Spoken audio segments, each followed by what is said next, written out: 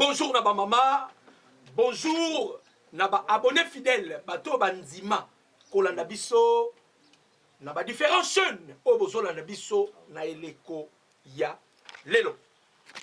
Topesi bandeko nyonso bazali banda ya mboka ba diaspora mbote na bino. Namoni couple na ngai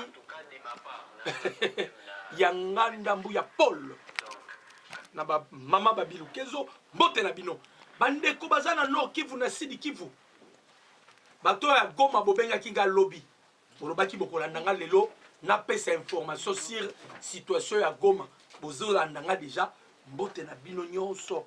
Mais bobo mbaka TV ba M23 ba mona bino te parce que non ba silité. Bomi batela po basala bino mapete. Ba Congolais bisika nyonso bozwa mimbote ebele. Tolobaka yango Congolais ya solo koyi kolekisa mokolo te sans koluka kobanda koyeba. Je m'excuse. Mai mazali koleka na mboka ekolo Congo. Congolais za censé olali olamuki obandi koluka koyeba. Président Tshisekedi na oya lala ndenge nini? Alamuki ndenge nini? Conseiller ni na sali bavir encore na oya kuna. Eza devoir na yo Congolais. Congolo la lio la muki obandi koluka koyeba est ya République démocratique du Congo. Nini zoli kakuna. Goma, Bukavu, qu'est-ce qui se passe? Tozana isengo koya ko solo la na bana mboka ikolo Congo sur les actualités politiques ya République démocratique du Congo. Nzamba pambola bino nyonso bozuli bakwa kolandanga. Obi ke tozana dernier virage. Ndenge tozana dernier virage. Bandeko ba Congolais makambo eza ebele makambo ezoko ya kaka du jour au jour makambo zo ya ebele nde tosengaka na ba Congolais ko veiller sur mboka na yo eza devoir na yo koluka koyeba mai mazali koleka na mboka na yo eza devoir na yo bo banda kotia ba j'aime ndenge tosengaka kaka pour na sécuriser direct na biso pour que vidéo na biso ezala booster bandeko bakozwa libakwa kolanda biso sikoyo te balanda biso ata na occasion mususu bandeko bazwi libakwa kolanda biso sikoyo te balanda biso ata na occasion mususu donc bo aimer bo commenter bo partager ba lien to sengi na biso to aimer to commenter to partager ba lien pour que notre direct ezala sécurisé. Bande konangai mayenini na memeli bino na tongo ya lelo. Sini to memi o to sola na ba Congolais. Ba Congolais faut ba iba makambo zo le kanamboka na bango. C'est important. Voilà pourquoi nous sommes là. Toye sikoyo to beta masolo mai mazali koleka en République démocratique du Congo. Bandeko ba Congolais, nde to bandai koloba. Peut-être Kagame bandai kozwa ngo aventure. Quand to bandai koloba, peut-être bananga pe bandai kozwa yango aventure. Baza siko devant fait accompli. Parce que makambo bandai ko minimiser, ko ignorer et comme li bango muneni. Tokobeta li solo ya ba RDF na Goma. Babandi kotika ba teni. Bazo kima destination nini bokoyeba yango. Tokobeta li solo ya nanga vers son arrestation. Makamuni les oleka au sein ba IM23 au bazana Goma. Tokobeta li solo et nous allons encore parler sur la demande de Paul Kagame. Kagame qui demande ya kokuta na président Tshisekedi va arranger dans l'amiable. Vous accepterez que le chef de l'État akutana na Kagame parce que dans nzela ba Macron ça n'a pas tenu. Kagame yemoko soit yé. Kono Tshisekedi nazande kuna yo africain boye to solo là. To kobeta di solo bo aimer, bo commenter, bo partager. Voilà un peu ce que nous allons parler ensemble na biso ba Congolais. Ba Congomani sans plus tarder to bani masolo na biso. Bande kolanga ba Congolais. Le rapport il y a Marco Rubio na congrès américain et ko bouleverser makambo pe bimisi bandoki ya République démocratique du Congo. Bande konangai ba congolais, Rubio avait parlé.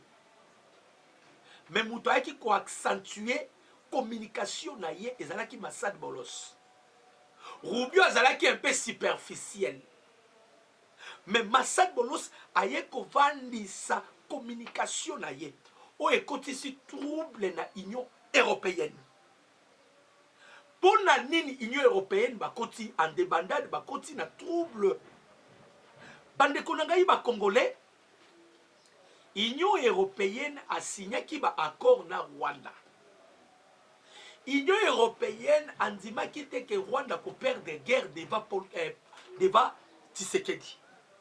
Union européenne a dit que Tshisekedi a causé la loyo mokonzi ya République démocratique du Congo. Na calcul ya Union européenne na babavir ba bêtise na bango ba salaki. Basatanda qui te makombo koma na niveau ekomi parce que bauti kotinda délégation to betala bino lisolo boye ba quelle est la position du président Tshisekedi. Nyonso eza nini boyebe que Emmanuel Macron yenda zo ko représenter Union européenne bien que ba pays mususu baza sima. Emmanuel Macron ba supplier président Tshisekedi.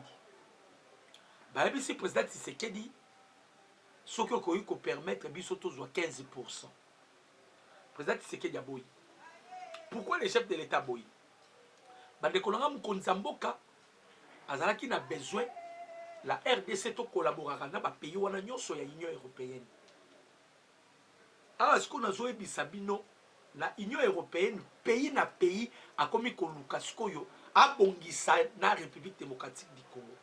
Pour nini bino l'accent que Massad Bolos a betaki sur son discours parce que y a qui ko interpréter oyo Marco Rubio lobaki na congrès américain. Massad Bolos a yaki kaka ko interpréter. Voyez, Bolos est venu seulement interpréter. Bolos a lobaki ni. Bolos a lobby les États-Unis lobby pays n'y sont côté les Mela Congo, tout côté les Mela Kimia à Congo, pays où on a faire face avec les États-Unis d'Amérique. Voilà pourquoi vous avez vu la Bruxelles, vous avez vu Maxime Prévost, vous avez vu d'autres, Batouana Nyoso, Baoya Olobana Nengensi, Bazolobana Sepona Nini. Délégation ya Union européenne et yekuluka président Tshisekedi awa. Batindi 3 délégations que le chef de l'État a boyi koyamba bango. Délégation Union européenne. Batindi 3 délégations que le président Tshisekedi a refusé de les recevoir. Pona nini. Tango mukonza boka lobaki na bango. Boluka solution entre ngana Kagame baboyaki. Boluka solution entre ngana Kagame non Tshisekedi yo sengeli kaka o solala ba M23. Yo Tshisekedi sengeli kaka o solala ba M23. Et tellement que le président Tshisekedi abanayi ko ya vers bango trop bandeko ba congolais batuwana na place ba luka ba bongisa ba bebisaki. Aujourd'hui maintenant tous les forces et sont na maboko ya président Tshisekedi. Macron est en France. A commis, et pardon, Banani, Paul Kagame qui est en France. Quand Kagame a commis en France, Basololi, na français, intéressé le président Tshisekedi. Le président Tshisekedi a refusé. Bouti koyo kelo koyo, Nanya Utsobeta, Steve Wemby. Papa, poison rwandais, oh les facilitateurs, boyobo. Bande Konangai, à l'heure où je vous parle, plus question de dialogue, plus question de qui que ce soit. Voix américaine, Fongoli déjà, ils ont voix à sanctionner, à frapper. Et le président Tshisekedi ne peut pas côté les Maliboso y avoir wana. Ça serait contre les États-Unis d'Amérique. Pour votre information. Ça serait contre les États-Unis d'Amérique. yango bomoni Paul Kagame bandeko azo supplier président Tshisekedi Kagame. Oui, mais pourquoi azo supplier président Tshisekedi? Tango bakendaki ko signer accord le 4 décembre 2025. Américain ba yebisaki Kagame. Kagame ceux qui ont respecté accord au tête ko beta on a des armes. Donc beta on a armes ou ezali diplomatie. Donc beta on a armes ou ezali économie. Wana ba beritende ba yebisaki Paul Kagame. Ba yebisaki Kagame, nous allons te fragiliser kaka na ba armes mibale. Armes mibale. Première arme, c'est la diplomatie. Deuxième arme, c'est l'économie. Bandeko Kagame a joué une aventure. Kagame pensait qu'il peut tirer une solution. Na France, dans la Belgique. Mais Kagame se rend compte que na ba français, na ba belge, ba bomisi. Ah, na zo bisabino.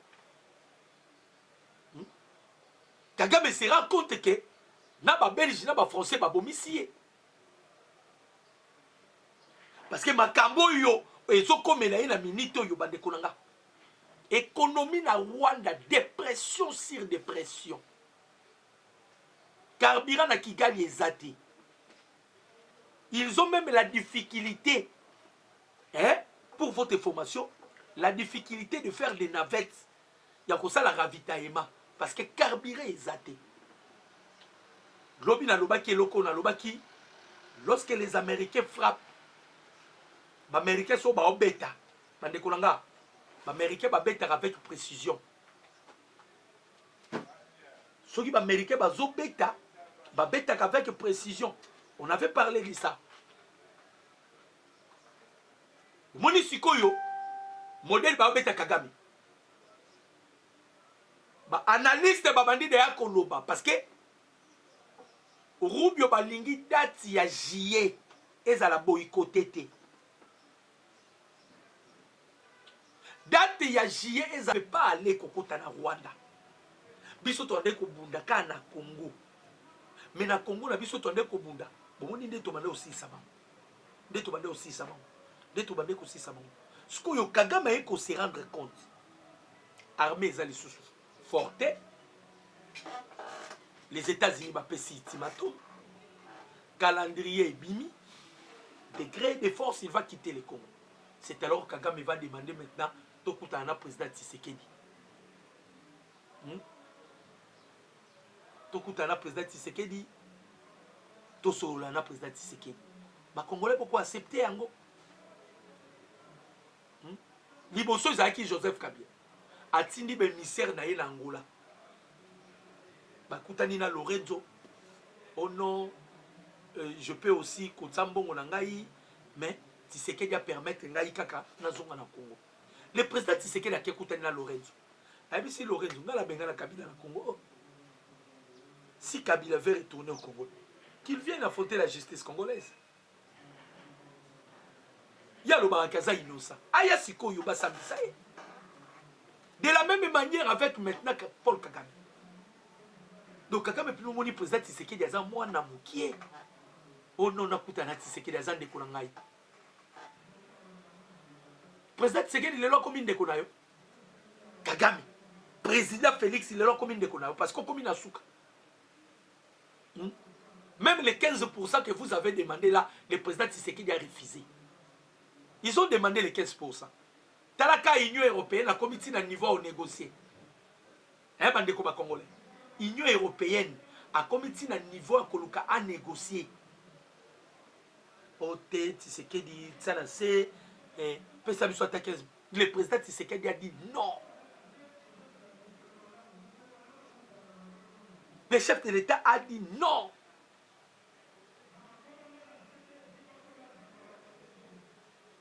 Yango moni ba kekoluka ba oba sanzo banani banani. Président Tshisekedi est catégorique. L'union tozanango peuple congolais. Si o to sali blague to tengami na lignée oyo to kufi. Les Américains sont déjà derrière nous. Que la Belgique parle, que la France parle, bah pays nous ne sommes pas là-bas. États-Unis abimisi déjà calendrier na ye. Batouana sko tellement bayebi déjà que ba perdant.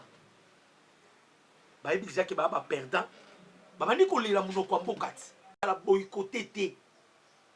Ça c'est la décision des États-Unis d'Amérique. Au travers Marco Rubio.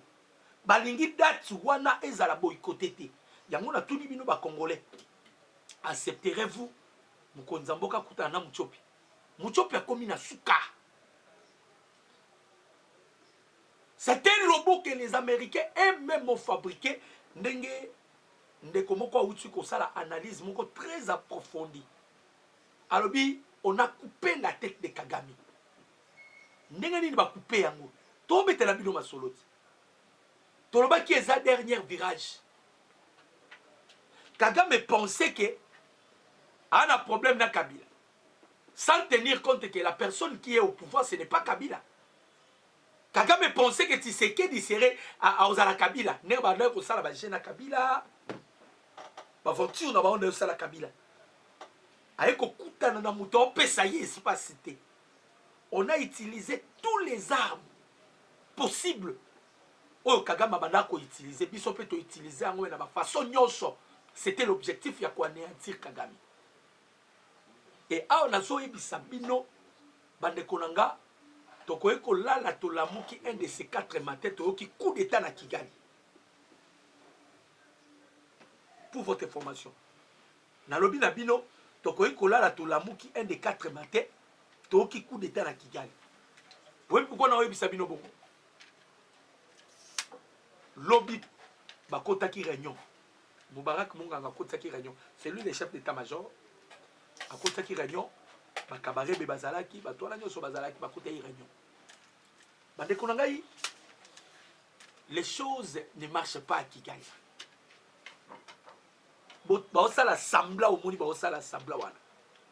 Les choses ne marchent pas à Kigali.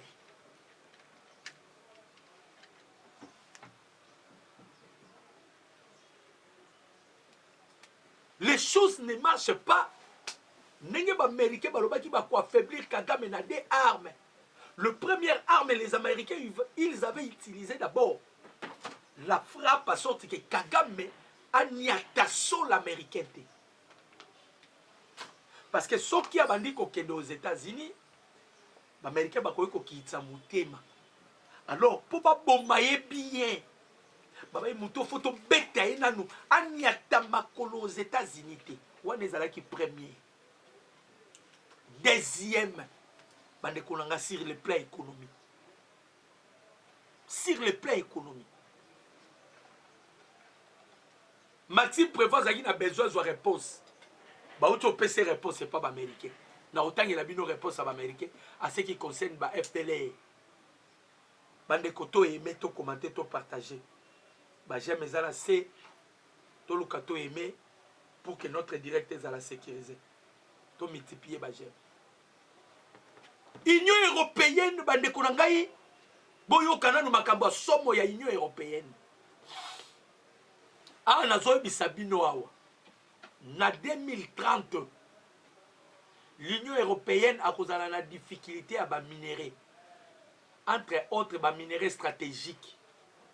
Ba réserve na bango est commis déjà que c'est vidé. Ils n'ont plus de minerais. Donc nenge zaboye et loko ba kotaka ganyo ba lobaka ceux qui te perdre ba colonne na biso na Afrique. Bana na biso to ba koko ya bana na biso ba kokende koluka musala na Afrique. C'est ce que nous allons voir. Batindi délégation 3 fois le président Tshisekedi d'abord koyamba ba délégation Union européenne. Président Tshisekedi aboyi koyamba bango.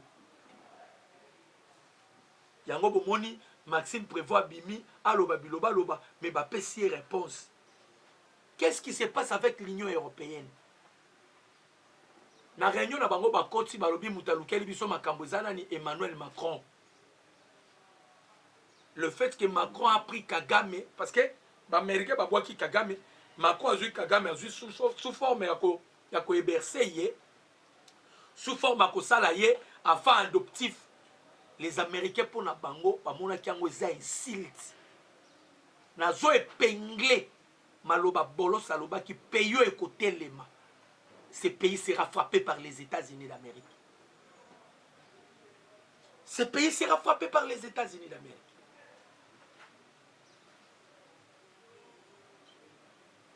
Sikoyo, Paul Kagame, abengi bandeko ya Afrique wana. Babanye Fort Nyasibwe, abengi ba Obasanjo, bekiri na ye wana nyonso. Bato yo président Tshisekedi da botolaka bango ba terre, pardon, banini ba Mukonzamboka botela bango ba exploitation minière, 600 titres d'exploitation minière. Kagame abengi bango nyonso. Ici, nous devons créer quelque chose. Tout ça en sorte qu'il n'a pas de Tshisekedi. Parce que l'objet a après, a coûté encore un président Tshisekedi. Tout solo en africaine. Président Tshisekedi paie à l'objet l'ambalia. Pourquoi Bazoluka? Parce que Kagame a se rendre compte que ce soit l'Union européenne, que ce soit la France et la Belgique, bateau ba osalake. Et l'oko et l'ongwa ezate si ce n'est que Tshisekedi. Maintenant, ils veulent nous embobiner dans ma bêtise. Voilà pourquoi, même les délégations, il n'y a qui pas président Tshisekedi. Le président Tshisekedi a refusé catégoriquement de recevoir la délégation de l'Union européenne. Bogoyato Solana Binonini. Tant on m'a dit qu'on a paix. Bino Pelisagi Moto. C'est ça le langage que le chef de l'État utilisait. Quand on avait cherché la paix, vous, c'était les feux que vous avez allumés. Maintenant, aujourd'hui, les États-Unis se positionnent et nous sommes n'a pas vers l'avantage de la République démocratique du Congo. Bande Koba Congolais. Lobby Lissousou. Lobby. Congrès américain bimisi rapport. Ah, Nzambe Nangaï. Ba M23. Bomita la souka na bino. De Conga ité. Congrès américain bimisi rapport. Lobby. Rapport à bimisi. Bazou Lissousou RDF bakotisi bango na kati. Hein? Bakotisi RDF na kati. Donc ça blaguité bande kolanga ba congolais. Boyoka rapport. Ah tozo bisabino, c'est la chute libre de Paul Kagame. Hein? C'est la chute libre. Boyoka bande kolanga bino moko. To aimer to commenter, to partager ba lien. Un rapport du département d'État américain transmis au Congrès. Balobi bien. Un rapport du département d'État américain transmis au Congrès acquise le RDF, donc la force de défense rwandaise. Quoi? Le RDF, c'est la force de défense rwandaise. Et le RCD Goma, d'opération de répression. Babandiko Bimisa Bamakamba 2002. Contre les Banyamulenge au sud Kivu. Il évoque village incendié, déplacement, arrestation, violence et disparition forcée. Par rapport nyonso ya kalna lobby département d'État américain bimisiango. C'est-à-dire les Américains bazo luka babeta Kagame, mais ils veulent avoir de preuves. Ba luka babetaye. Bozongo ba blaguité. Rubio l'avait dit, on va humilier Kagame plus qu'on a fait avec Maduro. Question Zaka Europe s'est posé que les bandes congolais. Maduro, la Chine avait crié. États-Unis, Botika Maduro. États-Unis, Botika Maduro. La Russie avait signé, avait crié. Maduro est où? Maduro Azawad. Bah, espère, bah, bimisi rapport. Secret. Bah, Rwanda, boyebite, boyoka. Bo benga na Kagame na pouvoir. Boyoka secret na bino awa. Boyoka secret. Yangoyo. Balobi boye. Entre 2025 et 2026, ba Rwanda boyoka, bolanda kangai. Il est temps de faire la manifestation pour benga na Kagame na pouvoir. Nana batna Kigali balanda kanga. Hey, il est temps de benga na Kagame na pouvoir. Boyoka rapport. Balobi entre 2025 et 2026. 4000 tombes. Nazolo ba bien. 4000 tombes, 4000 tombes supplémentaires ont été créées au cimetière militaire de Kanombe. Le nombre de soldats qui s'y sont enterrés ne cesse d'augmenter. On a l'impression que les soldats rwandais meurent en grand nombre. Le Rwanda n'est pas officiellement en guerre. Alors pourquoi tant de soldats meurent-ils? 4000 nouvelles tombes. Et ce ne sont que les soldats dont les corps ont été retrouvés. Qu'est-ce-t-il? Hein? Pardon. Ce sont que les soldats dont les corps ont été retrouvés. Qu'en est-il de ceux dont les corps n'ont jamais été retrouvés? Nous l'avons déjà dit. Si Paul Kagame poursuit cette guerre, le Rwanda risque de perdre toute une génération de soldats. Boyoka. Toute une génération de soldats. Rwandais, réveillez-vous, posez-vous des questions. Pourquoi des soldats sont-ils enterrés? Qu'est-ce qui passe-t-il réellement? Les analystes disent ceci. Kagame n'a jamais décrété la guerre. Kagame n'a jamais déclaré la guerre. Mais qu'est-ce qui fait que cimetière ya Kanombe, balobi 4000 tombes et se multiplier? Et les experts basali ba enquête balobi Kagame azo koufisa ba militaire na yé na niveau vous ne pouvez pas imaginer. Bazo koufa ebele ba soda ya Rwanda. Alobi ali où va les choses. Kagame risquerait de sacrifier toute une génération et que le Rwanda et vos alliés na bana mibali te. To ebisaka bino. To kangi ba soda ya Rwanda. To bunda to kangi ba M23. Non ba Rwanda pinga R9. Ba ebisi biso boye. Ba lui Kagame kangaka biso par force azotinda biso awa. Mais ce qu'on a constaté, saute au quotidien facilement. Mais kobima na biso ezozala difficile. Ndeko tu bokangi nga vibo na kumisi nzambe. Parce que tozo kufa ebele. Eza système au président Tshisekedi atelaka Kagame. Kagame se croyait plus malin. Bato bando komona oh non président Tshisekedi po nini okende ko okota na Rwanda bundate. Biso to aki na système auto instauraki. On se trouve dans des zones sous contrôle du M23. Donc dans les secteurs où le Rwanda et ses alliés ont une influence directe. Les M23 ne sont pas indépendants car il existe un schéma clair de coordination entre Kigali et ses troupes. Il ajoute que le Rwanda utilise la culpabilité internationale liée au génocide comme un bouclier pour dissimuler ses crimes en République démocratique du Congo, en continuant à manipuler les narratifs. Donc, Makambu Maxime prévoit l'Obaki, Namaye, Wo, Baebisi et Papa, les FDLR, et ça, la zone sous occupation. Et ça, la Rubaya, et ça, sous occupation. Il est temps qu'il va neutraliser les FDLR. Pour la biso biloko wana toza kuna te. Pour la biso biloko wana toza kuna te. Yango moni ba pays nyonso Afrique. Ba ennemi ya République démocratique du Congo. Bali basala mo eloko moko ndeti to sala moi eloko moko mini moko sommet to kutanisa Tshisekedi na Kagame. Président Tshisekedi a boyi biloko wana nyonso. A boyi biloko wana nyonso. Skoyo awa Kagame, c'est lui qui est le perdant. Azoyi bate asala nini. L'Américain va dire tu dois sortir. Kagame sokyo bimite okosambo. Ba obeta na gauche, ba obeta na droite, carburant na Kigali ezate. Mbongo, inflation monétaire. Alors baka na biso sanction. Moni sanction place memio. Il voulait sous-estimer les États-Unis d'Amérique sans tenir compte que c'est un robot que les Américains ont créé. Bango moko américain balobi to bomasko yo système oyo. Parce que Kagame a un système. Bazuka et l'or batie katinaye. Tout ce que Kagame faisait au Congo, c'est tout un système. Basalaka ye bongo za ba américain.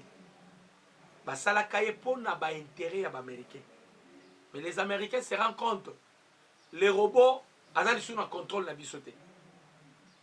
Les pièces, c'est déjà endommagé. Les pièces, c'est endommagé et perturbé mutu na ye. Akomi ko sala makambo en dehors, il y a bateau ba créa qui est. Donc voilà pourquoi les Américains ont obligation à kobomaye. Maman n'a pas Kagame a malédiction pour la Rwanda. Effectivement, à côté ici Kigali na KO. À côté ici Kigali na KO. Na lobi na bino. Bandeko, imaginez-vous. Soda et rebelle à Ofutamate. Moko bakanga ki na goma oyiba téléphone. Rebelle.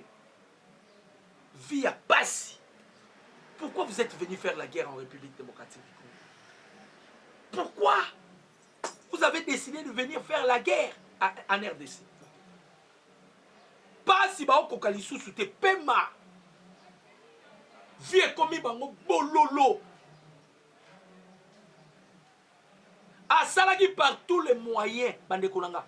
Na ba Clinton, ba Barack Obama, bande ko pousser Kagame à saboter accord à Washington. Ah, siko bande obetaye. Oki Clinton a lobby. Oki Obama a lobby. Batiki Kagame yemo na kati sanga. Na Emmanuel Macron. Batiki ba on na kati sanga. Macron ne peut rien faire. Ati na bato pas président Tshisekedi na bengali ba on na oya. Abina oya mamutute na oya bobima. Ati na président Tshisekedi bobima na oya mamutute. Tozaki na besoin na bino. Bonne ko sala ba aventure. Parce que lui-même Kagame se rend compte que oh makambo si la oui makambo si la makambo si la côté les sous ya Walikali balobi les combattants wazalendo affirment avoir infligé de lourdes pertes de l'armée rwandaise environ du village Ioula dans les territoires de Walikali lors d'une tentative de débordement signalée ce dimanche Ezaki Lobby. Selon les informations communiquées par les Wazalendo, les affrontements auraient opposé leur position aux forces adverses dans des zones stratégiques du Nord Kivu, na Walikali. Babetami, à la fin de compte, Bazumi, Bango Zara, Soke Indi, et l'Okwa Liboso, Balongola Aka Teni. Balongola Aka Bateni, Soke Indi, Balongola Aka Bateni. So balongoli Teni, c'est Bani Baki Mambango. Bakende awa tobeti bango. Bazonga awa tobeti bango. Vous ne voyez pas que Kagame a la crise cardiaque. Vous ne voyez pas que Kagame a la crise cardiaque. Ngelo qu'on a sepelika na réponse ya congrès PC. Et lobby FDLR et ça va zone au kaba M23 baza. Si réellement vous voulez neutraliser les FDLR, allez neutraliser. Yango Rubio lorsqu'il donnait son Rubio tanga bande koloba. A boye kuto kokene gauche droite. Marco Rubio. A boye kokene gauche droite. Parce qu'il y a un fonctionnement à Batouana. Rubio kene gauche droite était. Bateau baza va tuer. Toke na bango boite, toke na bango boite. To beta bango bo. Ba pesi Kagame option, ba bien non. Yo lenda kaka sur ba FDLR et loko lembisi lobby. Il comptait sur ba FDLR. Mais tant que lobby a eu réponse à ba FDLR, Kagame lembi. Amina na place au kimilate.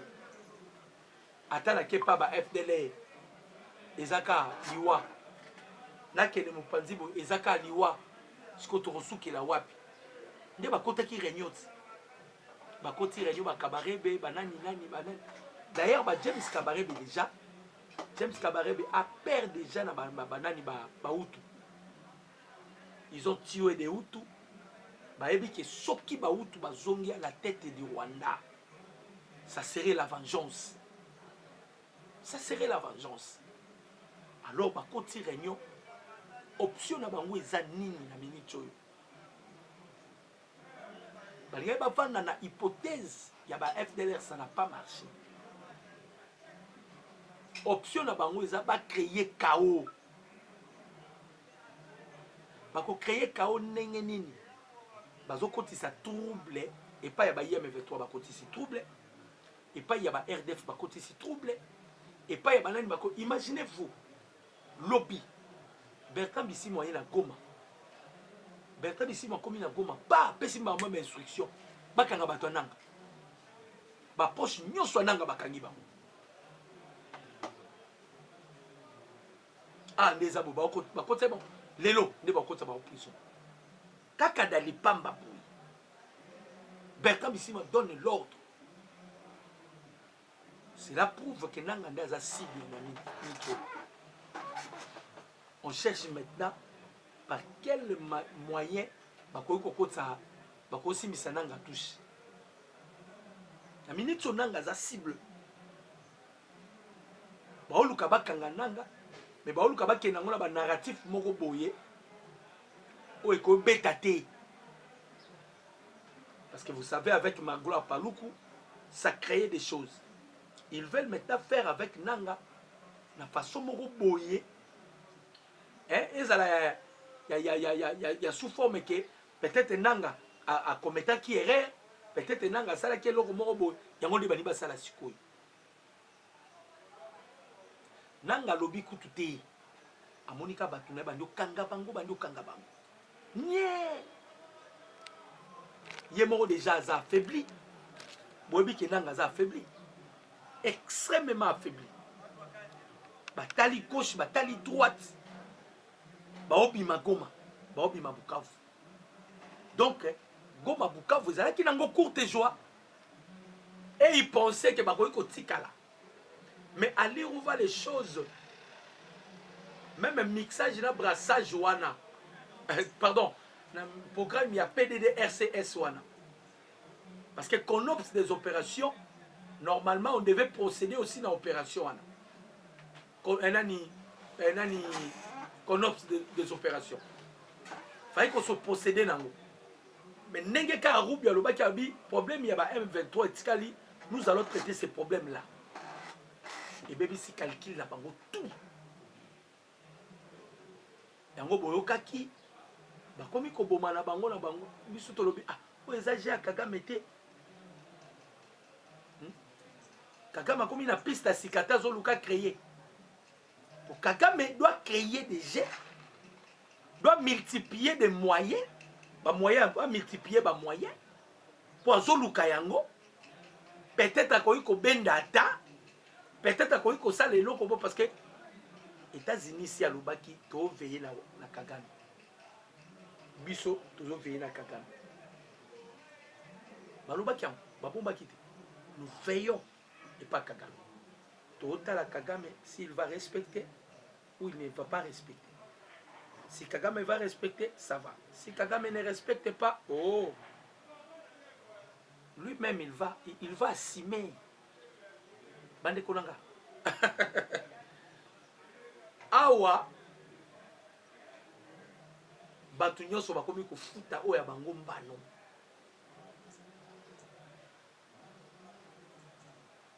Taou déjà basoda na Goma baokima. Vous voyez pas que même la vie de Nanga est comme en insécurité.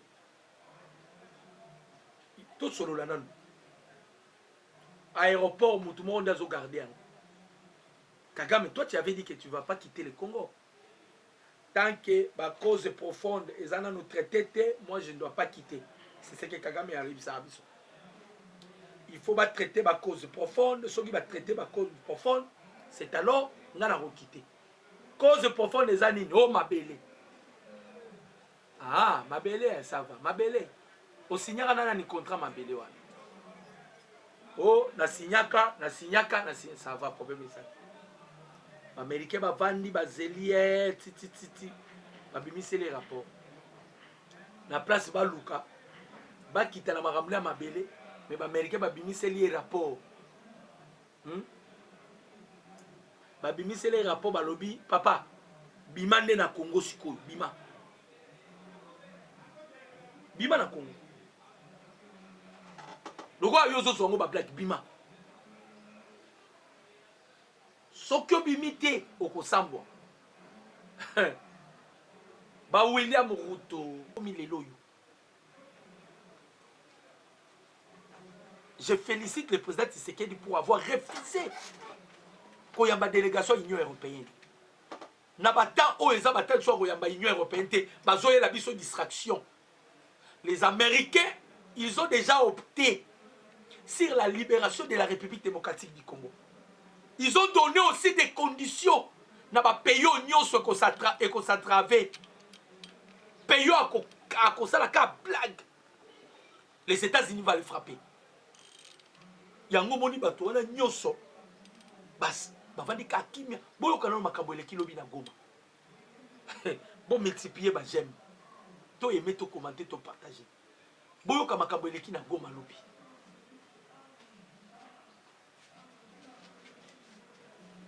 Ba soda conscience c'est comme oya pour votre information.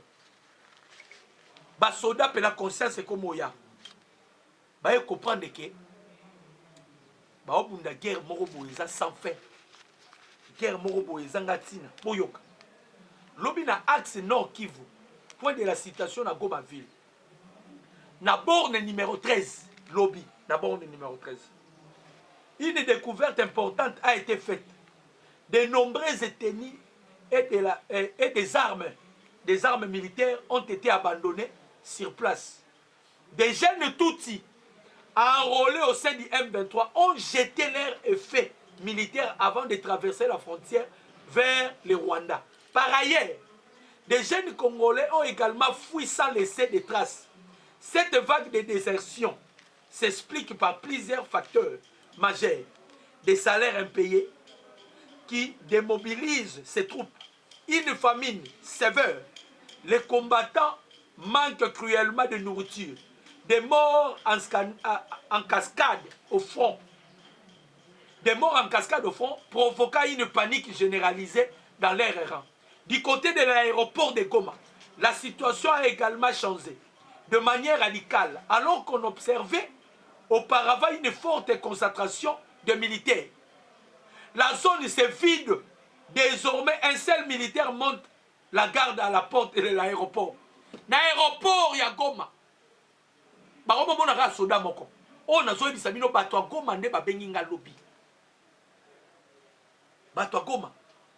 Na aéroport ya Goma baroma mona soda moko. Problème ezo lekeza nini.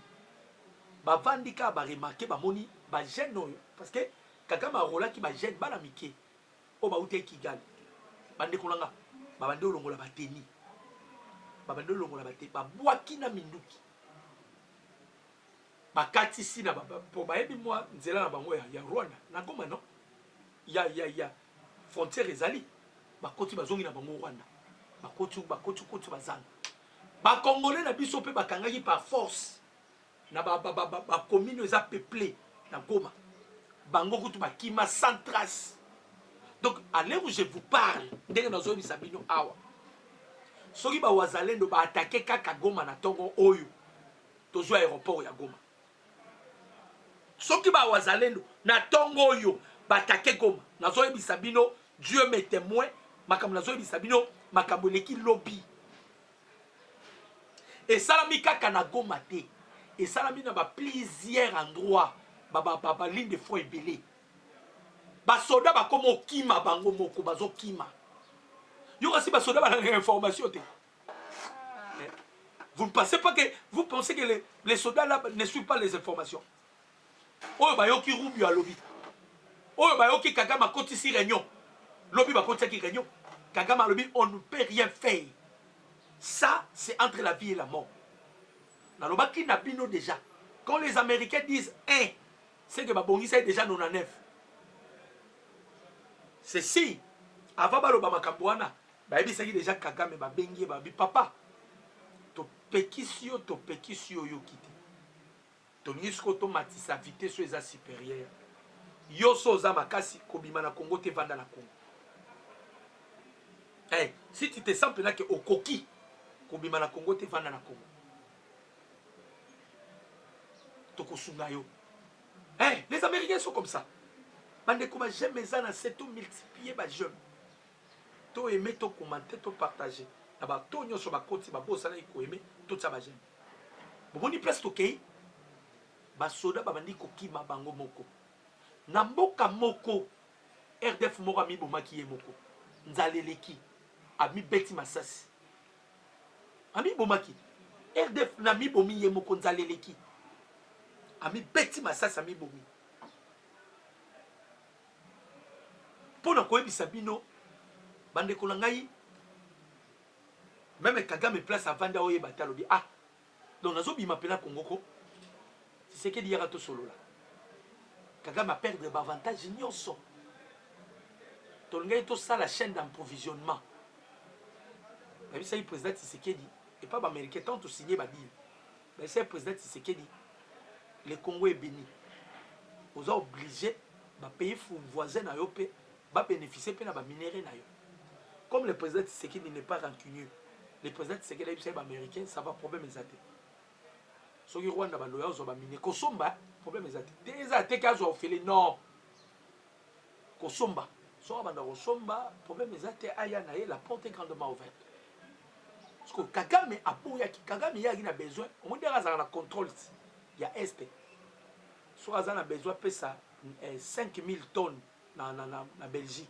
il peut donner sans que personne les demande s'il peut donner 10 000 tonnes s'il peut donner 20 000 tonnes c'est-à-dire pour la Kagame, Tshisekedi ne pouvait pas avoir contrôle il y a Est.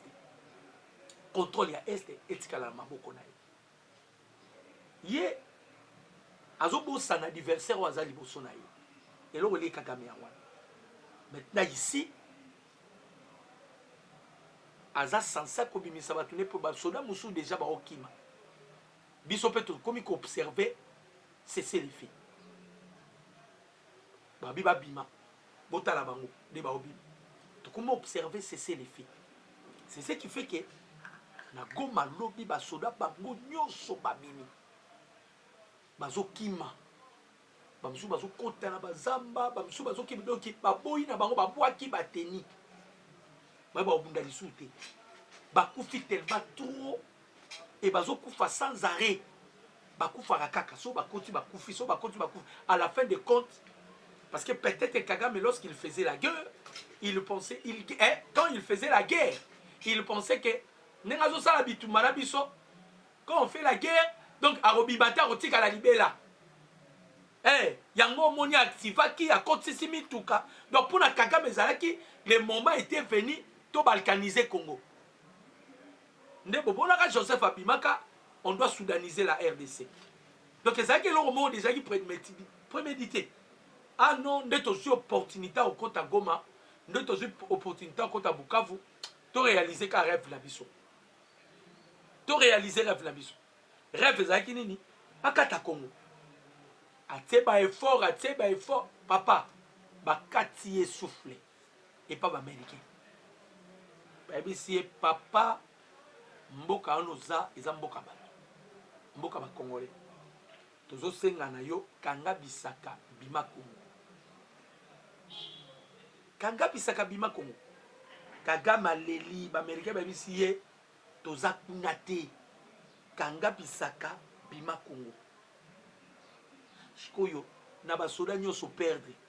Otiko lozo ata mabele ya Congo te. Nani a perdre na minute. Qui est de plus en plus perdant. Parce que toi tu pensais faire la guerre avec la RDC, ça permettra en sorte que Ozwata Kiv, mais Bamindele Balobina Bima, et ça m'a belé na hote. Ayaka Ganga, oh non, la Belgique a commis l'erreur, tant que ça la partage Afrique, ma belé à Rwanda et Kotaramba on a RDC. Monique Mundela a mieux informé que les Kayo Kagame. Oh qui m'a encore oublie le oh non, si c'est qu'elle dit, tu vois. Kotoyo, Foboti qui la Rwanda, Boyoki Balobé Tabongo. On a dit à Rwanda de quitter les sols congolais. De quitter les sols congolais. Et l'Okozolia, et Zosua Kagame. Donc Kagame a mis Monique, Anzambenanga. Erreur ni na sali. Ndeko zotu nangai, Dr. Boni Rubaya. Ndeko. Tango Kagame bazoe bise abima Congo. Mais Zobi m'appelle Rubaya. Tant que Kagame, il doit quitter le Congo. Vous pensez qu'il va seulement quitter Goma Bukavu? Même Roubaya, il va quitter. Bandeko, la date butoir est là. La date butoir est là. Et cette date ne changera pas. Date où on est changé. C'est une date butoir. Et qu'on changé.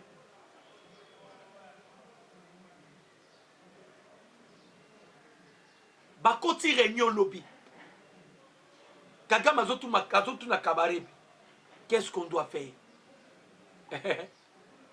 Qu'est-ce que nous allons faire? Ce que vous devez faire, c'est retirez-vous, non? Parce que tout ce qui s'y pour Kagame. Kagame a commis au bout des souffles. Surtout que, bandeko ba Congolais, Ozobunda, tu cherches à sorte que, au sale l'oro moro boé, mais ici mbati, ba Belge, ba betaki li solo, ba lobi au nord, tala kindoke ba Belge, Maxime Prévost. Un ministre inutile. Hein? Un ministre inutile. Tala ba Belge lo ba ni basala. Ba données nyoso eza changé déjà. Tous les données sont changées. Ba Belge ba lamukio non. Il faut que les retraits des troupes rwandaises se fait directement avec la neutralisation des FDL. Bon, la réponse va pas si bon. Naba américain. Sony, naba belge. Kagame est grillé. La réponse des États-Unis au gouvernement rwandais. Les FDLR, Oyo Kagame Olobaka, sont dans les zones contrôlées par les M23 et vous. Les congrès américains fait comprendre que les FDLR Museveni, babandi kolela. Babandi kolela, batoya nyoso bandai kolia na Congo. Tous ces gens-là vivaient au Congo. Bouffaient l'argent des peuples congolais. Avec les terres que Joseph Kabila Pesaka Bango. Ba exploiter minerais congolais. Basala nyonso barosala. Bazalaki na nyonso bandeko ba congolais. Président Tshisekedi Yalobi. Fini la récréation. Bongo ebele boye zokende boye. Sikoyo armée ya Rwanda o ezalaki na Goma déjà epanzani ya Walikali epanzani ba François bayaki na Rubaya. On nous apprend que ba François bayaki na Rubaya. Ba François bayaki na Rubaya. Ba misusu bakoma ozongela nzela ya Kigali. Ba François bayaki na Rubaya. Ba misusu bakoma ozongela nzela ya Kigali. Pour na koyebisa bango ke kope foiré. Kope baby. Basodo ina Goma bakimi pambate, je vous avais dit l'autre fois. On avait déjà les gens na Goma. On avait déjà les gens na Bukavu. Tangu nanga o revabio, sorti c'est que la zuka intention de changer constitution. Biso place aux autres déclarons indépendant. Ba oye ba teke peut-être c'est que la obé tel timing. Tout est calculé. Nyonso na kati ya chrono. Ndeto okende bo nyonso eza na kati ya chrono. Bango ba o rêver. Ok, peut-être c'est que dit déjà avec les Américains. Tosololi. Et c'est trouble même na basango. Hein? Basango. Bozoka bango ba oloba lisusu. Même ba moupe, bandima ite ke makambo ko ozala ndenge za bolelo. Ba moupe bandima kite. Ba otala kabe. Tshisekedi yo. Tout ça la boy a bloqué. Tout ça la boy a bloqué. Au juste, qui est derrière Tshisekedi? Nzambe. Nzambe. Baruto bakome conseiller mutu na bango. mwana Maïkeba oyo ekomi terrain mususu parce que les Américains observent maintenant muto aotinda basoda na esima ya Rwanda muto akotinda basoda na esima ya Rwanda aobima traître aobima à connivence avec quoi les M23 Américain baoluka bata kimia yo zotinda batu pona nini pona koya kota désordre. Ah d'accord. D'accord. Donc bande ko ba congolais Paul Kagame a commis na suka qui demande à ce que le président Tshisekedi bakuta na basolola. Le chef de l'État a refusé. De l'autre côté, l'Union européenne a dit que crise zoya na Europe. Souffrance zoya na Europe, il y a makasi. Pays n'a payé comme il se désolidarisé na l'Union européenne par rapport à l'accord que signé na Rwanda. Il faut se rendre compte que eloko memi mo pepe oyo c'est parce qu'ils ont signé un accord. Pendant que les députés européens ba supplia bango. Bokata accord oyo balinga kate. Bokata balinga kate. Sikoyo donc il faut se rendre compte. Il faut tinda délégation baluka président Tshisekedi, le chef de l'État a refusé. Mokonzambo kaboyi. Na Goma basoda Rwanda bakomi kokima. Bakomi kokima ya kokima. Babi bakobunda na bango lisute. Na Walikali. To continuer ka ko récupérer ba entité. To récupérer ba entité. Donc pour vous dire bandeko ba congolais eloko nyonso yakane bandeli pe akana suka. Eloko nyonso yakane bandeli pe akana suka. Kagame pensait que akotikala na Congo akobima te akosala lolendo boye boye boye. Mais Kagame lui-même se raconte aujourd'hui bandeko nangai qui a commettra qui erreur. Kolanda Tshisekedi mwende escarmouche nde memeninga makambo ebele. Kolanda Tshisekedi mwende escarmouche nde tala makambo esali boye.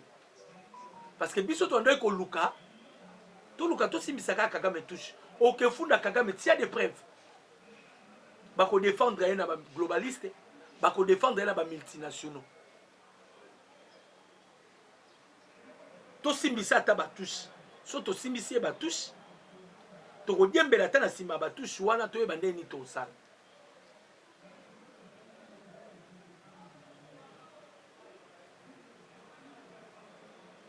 To ke na ye na ba touche. Toké na yena batouche, toké na yena batouche. Kagame bloqué. Bobi malisu na Goma te bofanda ti. Bobi na Goma te bofanda. Bo katanda ishimi azolo. Evariste aozela le moment opportun. Donc bitumba bandeko ba congolais, peuple congolais, la victoire ezongeli peuple congolais. Président Tshisekedi a silisi guerre na makile l'été. Biki na papier kaka bandeko nangai. Biki na papier silisi Kagame mayele. Biki na papier. Donc Kagame abundika na biki na papier. Pour votre information. Abundika na biki na papier. Tokotawa, tobimawa, tobimawa, tobimawa. Yewa na komosenga akuta na Tshisekedi. To pesa ka liboko na Belgique olobaka na biso nous ne sommes pas venus ici pour pleurnicher. Ngana a pleurnicharte. Le nom qu'il avait appelé le président Tshisekedi. Naza pleurnicharte. Oza pleurnicharte mais lelo comme osengo kutana Tshisekedi. Ozoti d'appel ba intermédiaire. Bota la président Angola Lorenzo.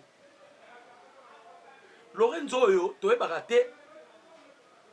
Yé on dirait Lorenzo a suspect Lorenzo. Tu vois que va payer belé, va payer frontalier à la République démocratique et belé, surtout va payer va vivre en Congo. Des Rwanda ils ont kende boye, ndenge Congo azo récupérer autorité de l'état na ye et ça la bango passe toyebi entre autres Congo Brazzaville ba Angola exploitera pétrole na biso bato wana nyonso o remarqué que ezosala bango pasi mpo na nini Kabila zwaka mabele apesaka bango ba exploitera mabele mpo baprotéger pouvoir na ye parce que Kabila ye moko amiyebaki non nga na étranger bakongolais bakotelemela nga mpe ndisi 4 matin akei alors mpo bakongolais babundisa nga te napesa bapays frontalier ya Congo opportunité ya kopiller minerai congolais mais en retour baprotégeaka nga mupaya aza mupaya kolondako aza kolondako. Est-ce que Tshisekedi peut donner le minerai dans le Congo Brazzaville pour Congo Brazzaville la protéger? Hein? Est-ce que Tshisekedi peut donner le minerai dans Angola pour Angola protéger? Non. Hein? Non. En plus, c'était parce qu'ils savent bien que le Congo est en Bokananga. Kabila bandé ko sala yango parce qu'il yebaki que il n'était pas congolais.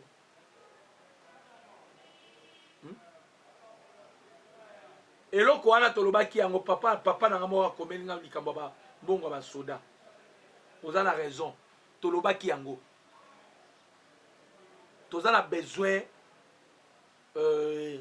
armée ba soda bazole la makambo ya mbongo. Ba soda bazole la makambo ya mbongo.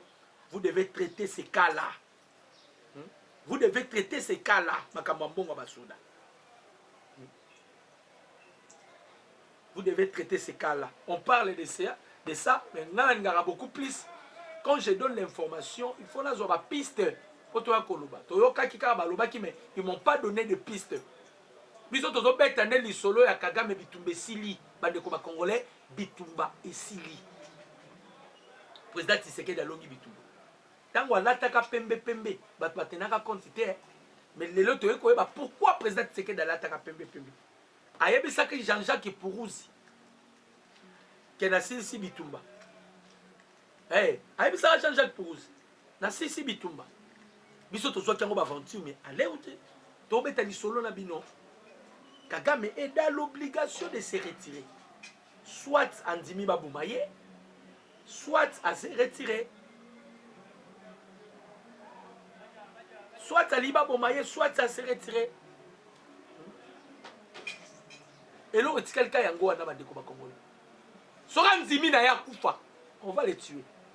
Mais si on ne pas se retirer, oh, film total. Ah, Joseph Kabila Nyonso en débandade, en péril, surtout Joseph Kabila, en péril. Hein? En péril. Na Kabila zomi ebate siko la minute yo. Parce que yenda ela ibiso, bobi Kabila maramba ela ibiso. Non. Sudanisation. Ah, bande konanga. Totala Kabila tobi. O aza kindo kité. Kabila wi kamba mo makamba sudanisation. Mais ouais, bon ni siko place to komi na Kabila. Est-ce que a soudaniser Congo? Yende ba soudaniser dans ces pays. Ba soudaniser dans ces pays. Nenga za wana bande ko ba congolais. Bogoyo kaka lisu Kabila te. D'ailleurs, d'abord ana mukonza kobatama. Mukonza kobatama. Donc ti Kabila bande ko batama ba ko sakufi ane ko kima dossier ya CPI. Dossier à CPI. Si abane ko batama ba ko saki o Kabila kufi. Ezaki dossier à CPI abane ko kima. Dossier yetala munene. Et le kina munene ya Kabila ye moko azoye bata ko gérer dossier ndenge. Donc denga zawana il se cache dans l'oubliette. Il se cache dans l'oubliette akimi pona libela. Et tant utozo zwa Goma, utozo zwa Bukavu, to senga président Tshisekedi loko moko. Mukonza mboka otali Mexique, otali pe États-Unis. Batiani Batamir. Chef de l'État, biso penana Rwanda, foka Amir. Toi na biso na problème te na Rwanda, mais to sengi ka Amir. Hein? To kutana na bango te po te totiaka mire na mauvais souvenir oyo toza nango mpo na Kagame. Il faut mire lelo tozozela lo mosusu ezobima lelo na Goma. Lo wana toyebi te soki ebima bananga nde bakobima soki banani nde bakobima mpo bazobima chaque jour bavéhicule ezokota ezobima véhicule oyo mpe ezali babe elala na nzela mpo carburant eza te. Mon numéro c'est plus 243 89 63 95 965. Je dis et je vous remercie. Ciao.